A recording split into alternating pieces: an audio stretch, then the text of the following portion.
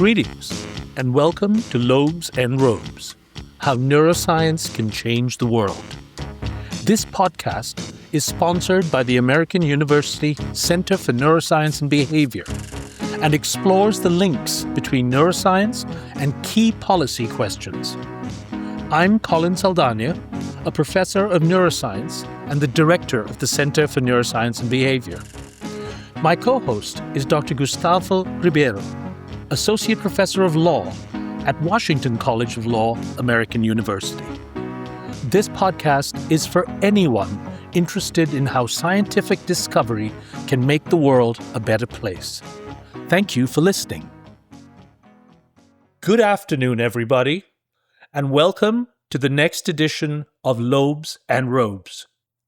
I am here with my co-host, Dr. Gustavo Ribeiro, and our guest today is Dr. Troy Reopke, who is a professor in the Department of Animal Sciences at Rutgers University. There, they study the interactions of gonadal steroids, diets, and endocrine disruptors on neurological processes including reproduction, energy homeostasis, stress, and mood. They received a doctorate in physiology with an emphasis in reproductive biology from the University of California, Davis. Their postdoctoral training was at Oregon Health and Sciences University, studying the neuroendocrinology of estrogens. Dr. Reopke has authored or co-authored 60 publications over a wide range of fields, including endocrine disruption, energy homeostasis, reproduction, the stress response, and feeding. More recently, they have written about the experience of the LGBTQIA2S+ community in science, technology, engineering, and medicine. This includes inclusive practices for assessing the health of the community and preclinical models of gender-affirming hormone therapy. They are currently the Associate Dean of Faculty Development and Workplace Culture for the School of Environmental and Biological Sciences at Rutgers University. Troy, welcome to the podcast. Thank you. I'm excited to be here. It is absolutely lovely to have you here, and I'd like to spend this time talking about what you have become more involved in the recent years, and that has to do with inclusive practices around the LGBTQIA2S+ community, particularly in STEM. So let me start off by asking a very, very broad question. We've known each other for a few years, and I think I know the answer to this question, but our listeners probably do not. Why is this so important to you? So as somebody who has been openly queer for over 30 years and had my plenty of good and bad experiences in STEM based around my identity, I feel like it's important to me to give back and to help improve the lives of queer people in STEM and queer people in general.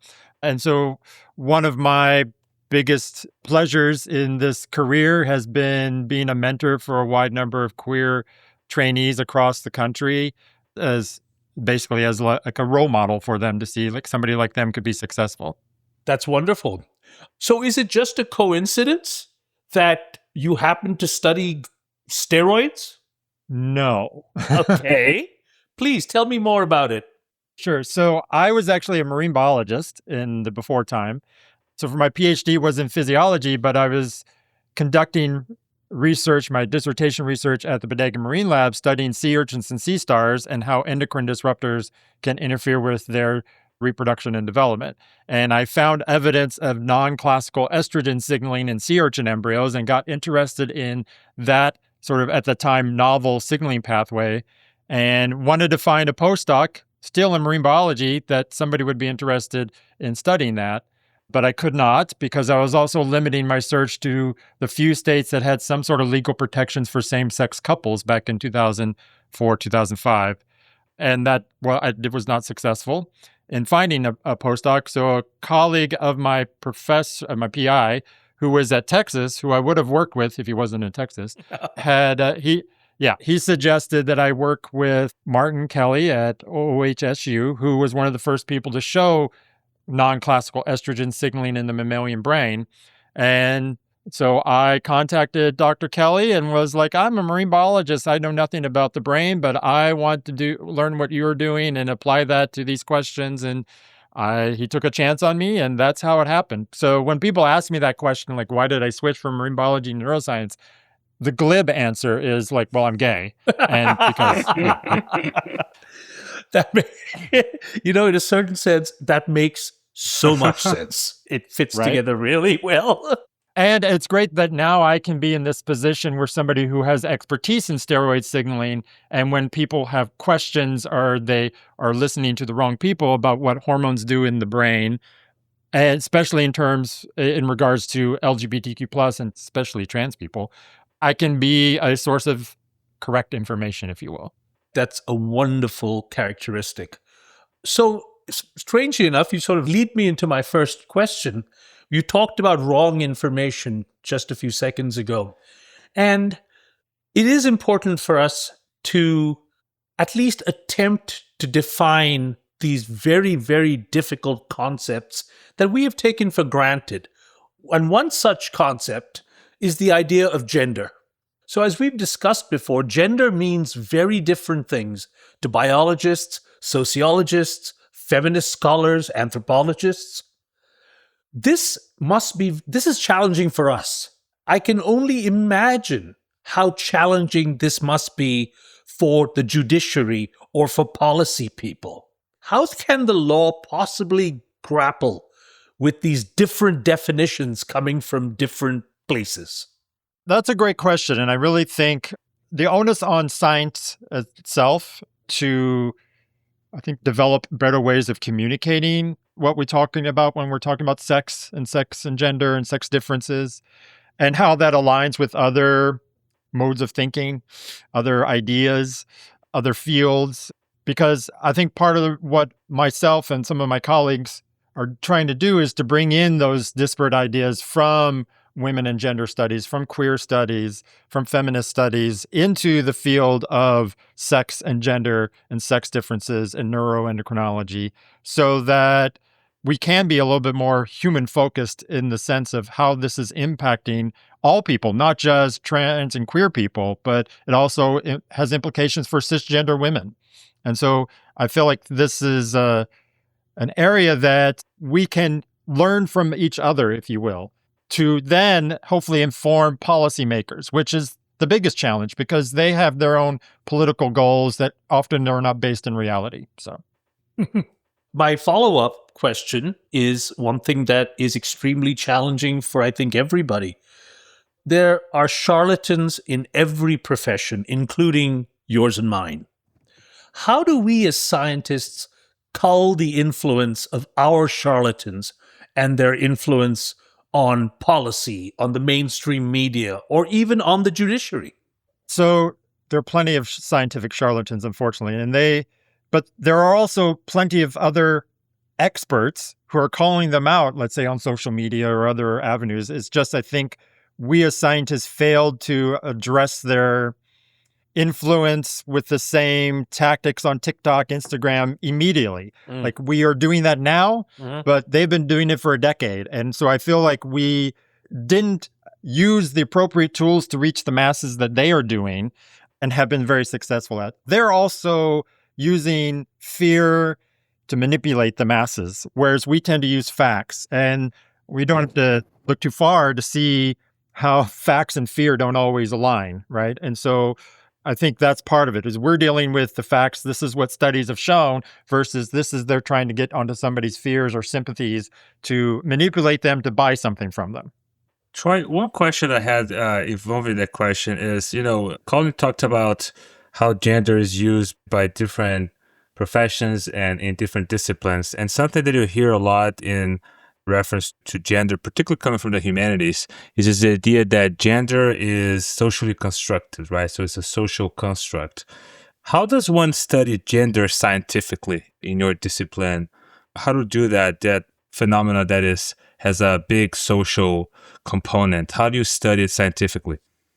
Right. So I study mice and rats. And as far as we can ask them, we don't know if they have a gender. Right? So we can't study gender identity in mice and rats.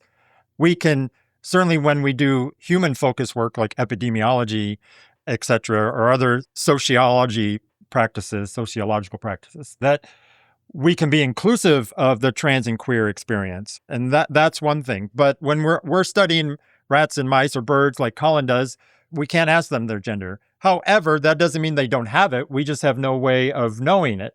We can see there are some species, like there are plenty of, going back to my marine biology days, there are plenty of marine species, especially fish and cephalopods, where there will be a male that presents as a female to basically be able to mate and bypass the other male that looks like a male.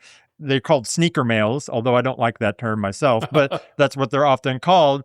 And so they'll be able to mate because they present as a female to the dominant male. So that's obviously a gender presentation that animals have, and that's how they interact with each other. But we don't know, like, I identify as, they have an identity, right? And so that's one aspect in terms of our field that we can look at, maybe like how rats interact with each other based on their perceived gender, right? Maybe we could, if we change the olfactory cues from a male to a female, how does that female interact? But that sort of manipulation isn't about gender identity. It's about gender interpretation, really. It's about how other people see you as opposed to how you see yourself. Now, you reference a lot that your research focused a lot on the studies on specific types of animals. How do one extrapolate from animal studies to human studies? And what are some pitfalls or problems that translation might carry? That's like an age-old question in science, and especially in biomedical sciences, how everything translates to humans. I think especially when we're talking about the brain, there are similar structures, neurotransmitters, neurons, neuropeptides in a rat brain and a mouse brain as there are in humans. There are some differences, no doubt, but some of the basic processes are very similar. So you can study a rat or a mouse brain and get a good idea of what's happening in this one system or this one outcome or one behavioral readout that you're examining, and can correlate that to the human experience because we know that there are all these similarities. Now, some of the processes may be different, some of the hormonal influences may be different, et cetera. And so that's where it becomes a little messier, if you will, but the basic principles are still the same.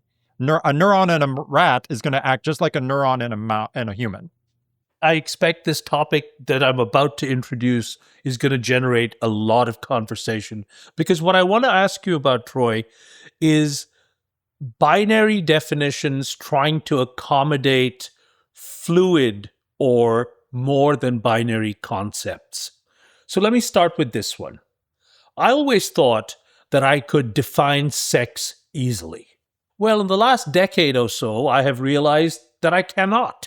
I have an extraordinarily difficult time defining sex, something I live with understanding, or at least functioning, have done it all my life. However, these binary concepts help us in society. Right versus wrong, guilty versus not guilty, hell, tall versus short, etc., etc., etc. Given that sex and gender may not be as binary as we thought, how do we make these concepts easier to deal with when it comes to questions of the law? Yeah, that question, I feel like, is where we're at right now, right? It's how the law is being used to basically discriminate against people who don't fit in to the binary. And so our discussions of the words of male and female and the binary and sex differences, I think, really needs to have some nuance, that if science understands the nuance, then we can communicate that to the community, communicate that to policymakers who are going to actually listen. Some people just won't listen, right? And then hopefully that will influence the law. Like, for an example, the phrase biological sex. That really started showing up like 30, 40 years ago in the literature. And it was often in a response to the fact that, now there are these people who their identities don't align with their sex at birth. And so it was inherently an anti-trans response. And so scientists have been using biological sex for a long time. And now all these anti-trans bills use the phrase biological sex. And what they often mean are gametes. Like if the person produced sperm or produced ova, right? So that's all that matters in terms of, or if they have an XY or an XX. But as Colin and I know, there are plenty of people who have more than just have different set of sex chromosomes, who have XY but don't have the SRY gene or all the variations. And if a cisgender man stops producing sperm because of some condition, is he no longer a man? I mean, like these questions that's how reductive they get. So we need to be, I think if we bring this, and that's the challenge, is bringing it to the community in a way that makes them understand that their sixth grade biology is not the end-all biology, right? Like biology is so much more complex across all systems, not just about sex and etc., right? But everything is complex. There's often people talk about sex differences or sexual dimorphism. And in the brain, there are very few instances of a true sexual dimorphism where it doesn't exist in either what we call sexes, right? There's often overlap. And that's what people confuse. Like even, oh yes, I have a sex difference here in the terms of the averages are different, but there's overlapping population in the response. So that doesn't mean that every male and every female are going to respond the same. You're completely different, right? So I think giving that nuance and making people understand when we talk about sex differences, it doesn't mean there's complete opposite. It just means there's a difference in the average.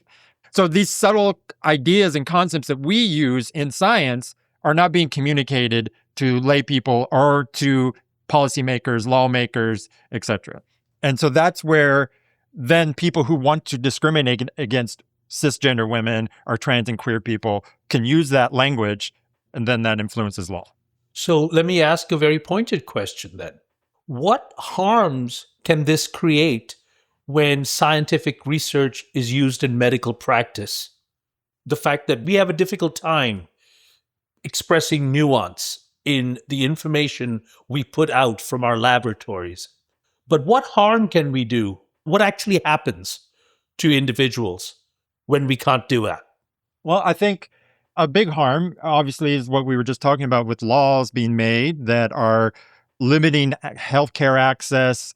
Now there's a law in Kansas that for trans people and their driver's license, and that's, it's basically making people unsafe. And so that starts off with this sort of bias that is in science as well as in society about the sexes as being binary and they're immutable.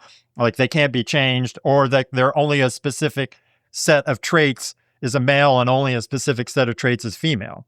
And so I think a lot of that has made it more difficult to communicate our science in a way that will not lead to it being misinterpreted. We have to be very, very careful with that. And I'm not always saying, and I'm not one to say I'm always perfect in that. I'm still trying to do better myself. Well, it's a difficult thing to do. Yeah. But I think having conversations like this and continuing to have conversations like this, or the ones that we've had at our society meetings that we go to, are important to get scientists on track. And then when we communicate to the general public, to the media, to our lawmakers, that then we can communicate that effectively to them, and they'll maybe have a greater understanding of the negative impact that these laws are now having on a lot of people, not just trans and queer people. I mean, for example, one that always gets me is like this whole like trans women or trans girls in sports. And now cis girls are now having to have their bodies inspected to play sports, right? Like that's affecting cisgender children as well. It's like, where's this going to end? Like, yeah. So I feel like all this continues because we had this idea about sex as a binary, and now everybody understands it as that, when it's not actually the case. There's a spectrum of all the different attributes that we consider sex. There's always a spectrum except for sperm and egg. But that's about reproduction, not about sex. Sex is also multi-definition. We consider sex the act of copulation. We consider sex your gender presentation. We consider sex what gametes you have or what steroids you produce in mass quantities. Like there's all these different attributes that we call sex. And so that adds to the confusion. Well, that translation work from science to law and policy is a big part of the project behind this podcast. So hopefully we'll advance in that frontier as well. Colin, if you allow me to get into a new topic, which I think both you and our guests are experts, and I think is a relevant topic, particularly given the last response, is the topic of gender-affirming hormone therapies. For listeners who are new to this topic, can you explain what those therapies are and how they affect the body and the brain? Sure. Gender-affirming hormone therapy, or I'll say GAHT for GAHT, basically are steroids like estradiol or testosterone, which is often conjugated to an ester to increase half-life for their potency.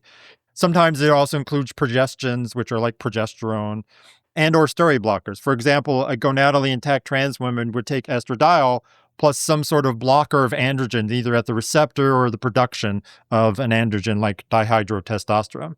These therapies also include like puberty blockers for trans youth, which are agonists for the receptor for the gonadotropin-releasing hormone, which is what initiates the hypothalamic pituitary gonadal axis and turns on steroid production from the gonads. So if you give these agonists chronically, then that actually gets shut down, and then that will delay puberty.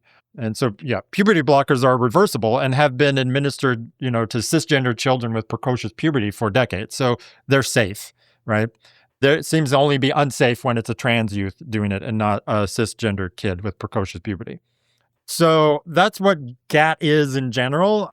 In terms of like what it does to the brain, we know what happens with estradiol in a cisgender woman, and we know what androgens do to a cisgender man. And so conversely, we kind of know what happens when a trans man is taking testosterone, a trans woman is taking estradiol by that very fact, right? Like we already know what's happening in cisgender. We also know what happens in rodent models or other animal models, what these hormones do.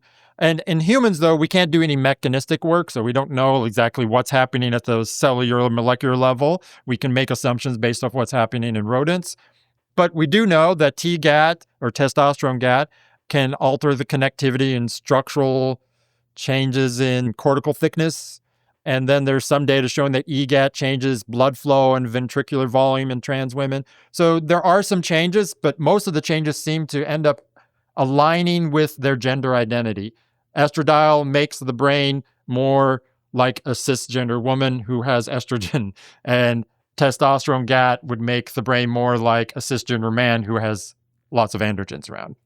That's fascinating. And you mentioned how in your work, how a lot of that research, scientific research on those gender-affirming hormone therapies don't take fully account or don't address the needs of, transgender, non-binary, or gender-diverse people. What are some questions that scientists should be studying if the goal is for better health and mental health come in those communities?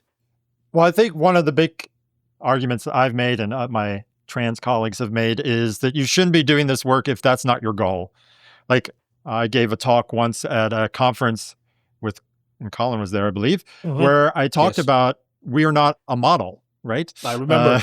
Queer people are not a model for hormone work, like for endocrinology. If you're going to do the work, do it to our benefit. And so likewise with that, then you should be working with the community. What does the community want? What are their concerns? And so that could be anywhere from like, well, is this going to make me have a higher risk for breast cancer? Or is this going to change my metabolism? Is this increasing my risk for cardiovascular disease or diabetes? They're interested in how things are going to affect them long term. Or how is this going to change my mood? One of the issues that a lot of trans and queer people have is they do have higher risk for mental health conditions like anxiety, depression, etc., often due to minority stress of being an oppressed group in this country, especially now. And that, of course, leads to more suicidal ideation, etc. But going on GAHT actually ameliorates and reduces many of those symptoms because affirming their gender makes them feel better, right? And so gender-affirming hormone therapy is an antidepressive for some people, right? It is mental health medicine for a lot of people. It helps them feel better. So that in itself, even though that's not what it's aimed for. That's not like, and technically, GAHT therapies are not approved by the FDA. They're considered off-label. But that doesn't mean, like they're experimental or anything, because we've been doing gender-affirming hormone therapy for literally decades, right? So we know what happens. Let me get this right. I'm going to say what I heard you say, Troy, and you tell me if I'm wrong, okay? Okay. What I heard you say was gender-affirming hormone therapy for a trans man means that some of the characteristics that they portray to the world match what the world expects of a man. By that I mean a lower voice, perhaps facial hair, perhaps a broadening of the chest, Yep. perhaps even the development of an Adam's apple. Now, to me, that sounds exactly what would make the trans man feel better. Is what I'm saying correct?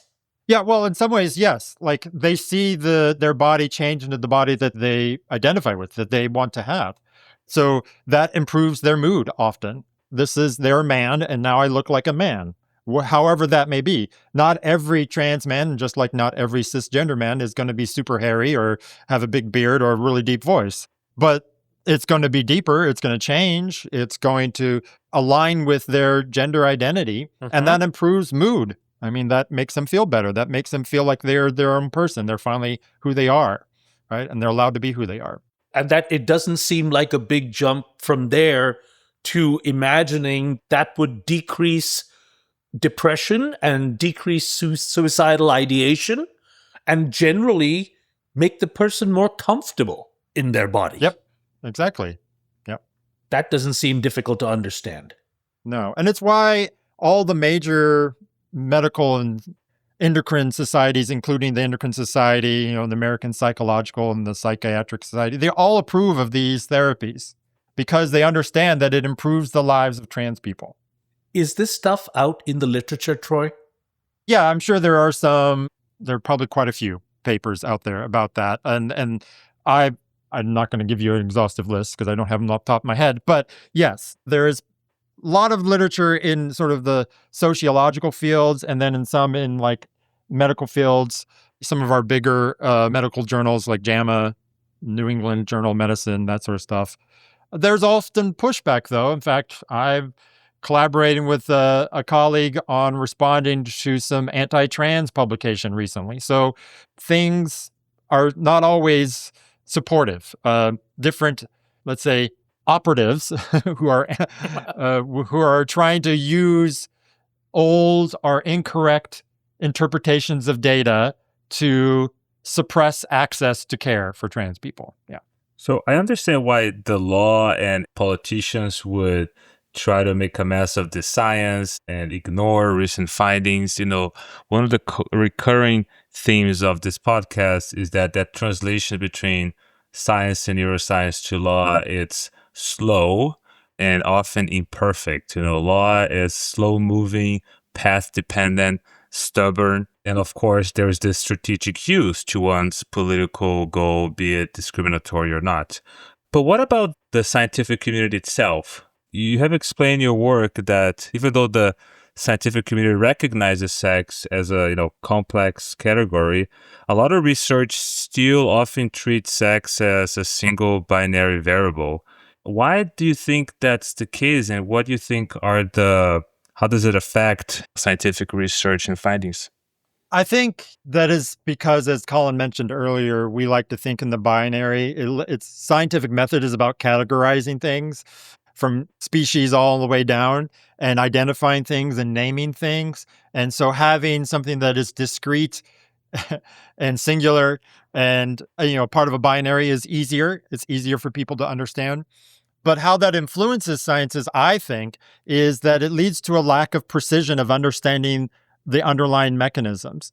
And Colin can agree with this, is there are plenty of instances in the brain where the same behavior happens in males and females, but the mechanism controlling that at the cellular level or at the neural, the neuron level are actually quite different. Correct. And so if we just assume, oh, well, mice and rats, I mean, the male and females are responding the same, there's no difference, nothing matters. Well, in the end, it would, because if they developed a compound or a drug based off of the mechanism that they find in males, that may not actually be the mechanism in the female brain. And so that's going to lead to, well, this drug isn't going to work in women or may work less in women. Like the whole Ambien issue, like that was a long time ago. And that was like dosage and stuff because no one looked in women, right? So to me, this binary thinking leads to a lack of precision, whether that's genetic or lifespan differences, hormonal differences, and that this leads to worse outcomes for health, especially considering that most of the science is still done in male rats and male mice, or even with cell lines that are XY, not XX, right? So I feel like that is the biggest import in terms of the scientific process, is there's just a lack of precision. It's fascinating that the gender bias or the sex bias in scientific research is also seen in animal research, with male animals being more researched. That's wow. Yeah. And there are a lot of people who've written about this over the decades about this bias. And that's why there's the SABV rule in, sex is a biological variable. I need to say that out so people understand, sorry. But SABV policy from NIH is they want to sort of force the hand of NIH researchers to include females in their work so that we can figure out, is everything the same, or is there actually differences between the sexes that could influence then health outcomes for humans later on. Fascinating. I do remember, Troy, when SABV, sex is a biological variable, became not only important, but required in grant proposals. And I have to admit, despite working in this field for at least 2 decades at that time, I was shocked at the proportion of scientific studies, including clinical trials, that ignored women completely. And you brought up the idea of Ambien. Now, could you explain to us why that happened in the first place? Why did we end up ignoring half or more of the population? So the glib answer is misogyny, right? Because, Yep. Right? Yeah. But I'm not exactly familiar with the whole process of how Ambien was tested, but I do know that it was not fully tested in cisgender women so that the dosing was correct for them. And then what ended up happening is that women were taking too much of Ambien. The dose was too high based on their metabolic differences in terms of like liver metabolism of the drug. And so they would have excess experiences of like falling asleep and losing memory, right? So that wasn't fully investigated in women after it got to clinical trials, is from my understanding. So I go one step further then. How did we as scientists construct an entire field based on just one sex? How did we get away with this? So that's a cultural thing. And I would say, again, it's 50, 60, 70, 80 years ago, there weren't a lot of women allowed in science. And cisgender men, mostly white men, had their biases, even though they were scientists.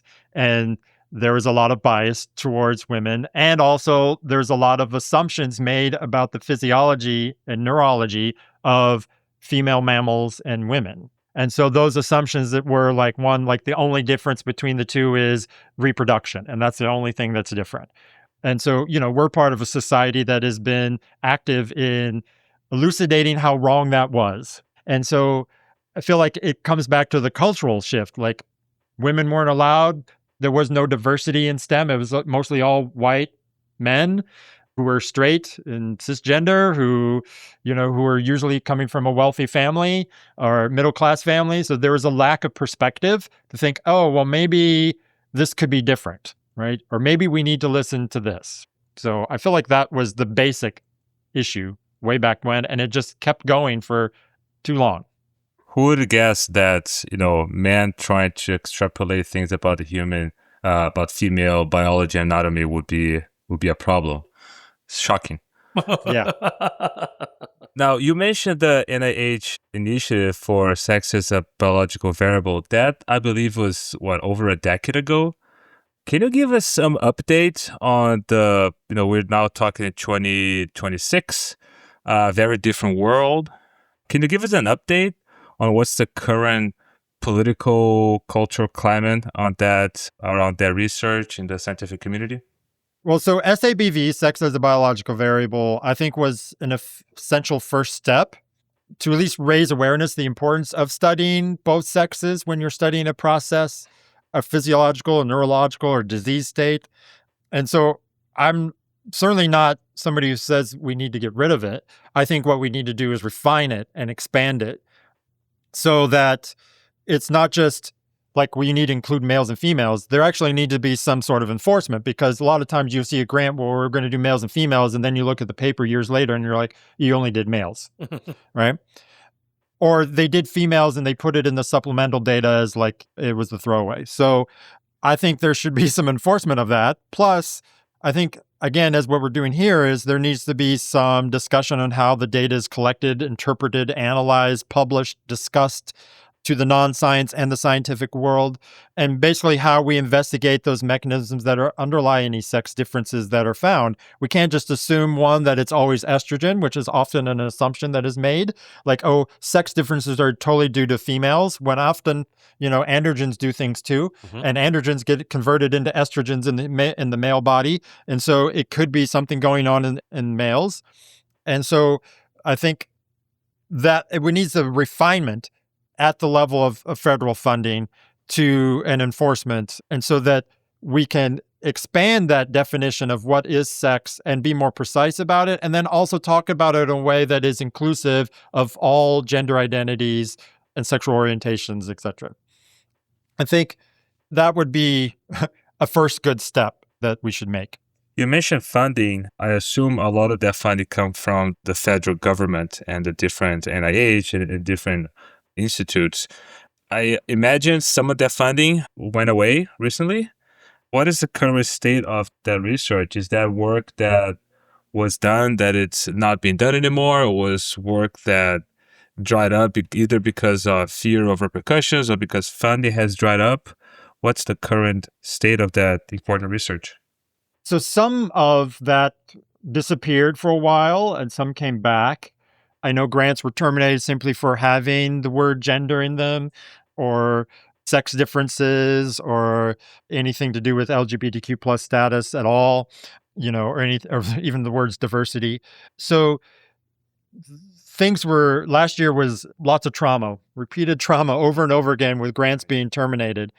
And then some of them got reinstated due to some lawsuits and stuff. But right now, I don't think at least depends on what the institutes. So the institutes I get funding from, studying sex differences is still key. They still want you to study sex differences or use sex as a biological variable. SABV is still a thing. Grants that are focused on certain communities or certain topics are not going to be funded. Like I had submitted a grant to do some of my work with animal models of gender-affirming hormone therapy that I didn't get reviewed at all. It just sat there for months and months, didn't get reviewed until they made me withdraw it. My colleague and I withdraw it. And then, so I resubmitted a grant using similar data, but then didn't mention trans people at all. And so what ended up happening is it got reviewed, but no one saw the significance because I really couldn't talk to them about what the actual significance is, right? So I think there is some impact, and it's ongoing, and it's probably only going to get worse, unfortunately. Oh, man. Let me end our discussion, Troy, with a question that has to do with, we've sort of talked about this, but this is a slightly different question. So you've noted in your work that anti-trans bills often cite, quote unquote, unsettled science as reasons for limiting access to gender-affirming healthcare. What can scientists do when communicating findings to reduce these harmful interpretations? Great question. So I think the way we talk about our findings, using words that I think imply a sex binary, Like I really try and stay away from words like feminizing or masculinizing. I try to use words like androgenization or the organizational effects of testosterone versus some sort of gendered adjective or word, right? Yeah. So there are ways we talk about it, I think could help. Don't use biological sex, as a phrase. Use like sex-associated traits or variabilities or things like that we can, words like that we can be more specific. Again, it's a part of it is also being precise and specific instead of using these catch-all terms that mean potentially many different things so that anybody reading it could be like, well, this is what they're talking about specifically.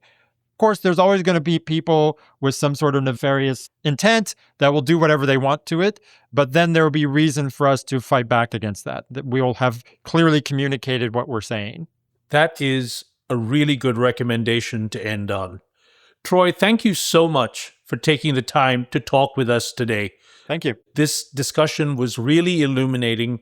And I think one thing that I came away with is that these issues are difficult. They're complex, but that does not mean that we get to ignore them or even simplify them, because simplification and ignoring important issues does real harm. So thank you very much for spelling it out for us. Thank you so much, Troy. Thank you for having me.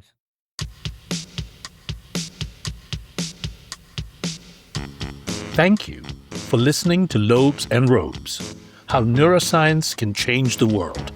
This podcast is produced as a partnership between American University's Center for Neuroscience and Behavior and the Washington College of Law.